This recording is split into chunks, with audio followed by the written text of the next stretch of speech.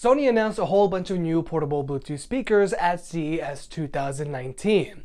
There's the tiny new Sony XB12, the JBL Flip 5's future competitor, the Sony XB22, the JBL Charge 4's future competitor, the Sony XB32, and the XB72.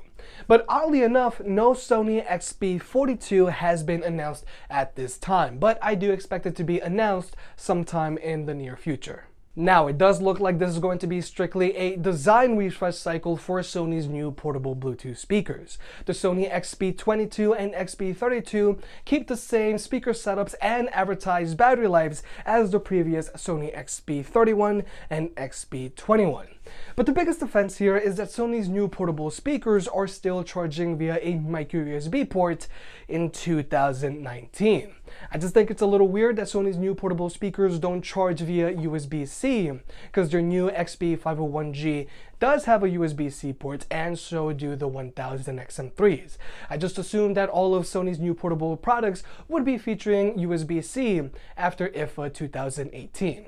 And personally, I think the Sony XB22 and XB32 are a step backwards design-wise compared to the Sony XB31 and XB21. Now, I don't mind how Sony's new speakers look. I actually think they look pretty good.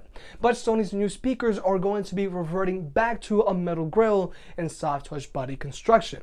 Now, even though they still look pretty good and they're going to be keeping their IP67 dust and water resistant certification, I prefer Sony's XB31's fabric body because it does a much better job of standing up to bumps and scrapes. And Sony's XB31 lineup of speakers are one of the best looking super rugged speakers out there. So I'm just a little concerned that if you plan on taking Sony's new portable speakers on the go with you on a regular basis, then they're going to be scratch magnets just like how the older Sony XB20, XB30, and XB40 were.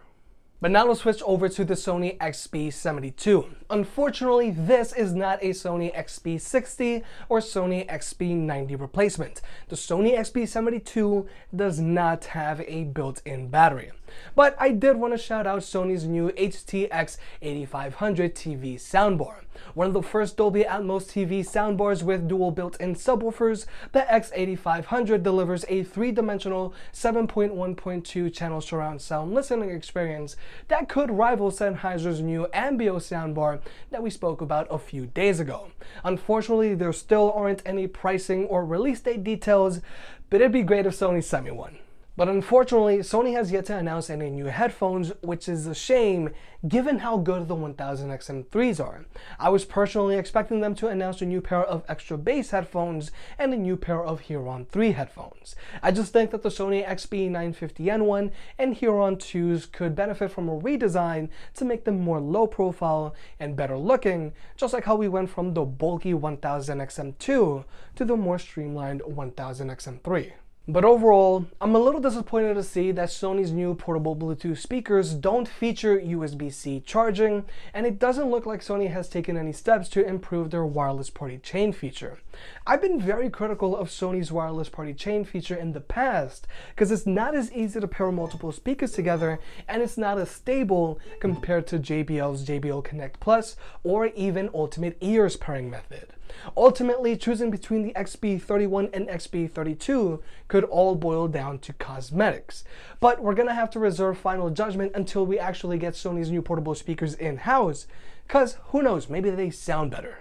Now, switching over to Bose, unfortunately they haven't announced any new QuietComfort headphones. They did, however, announce their new Bose QuietComfort Road Noise Control System.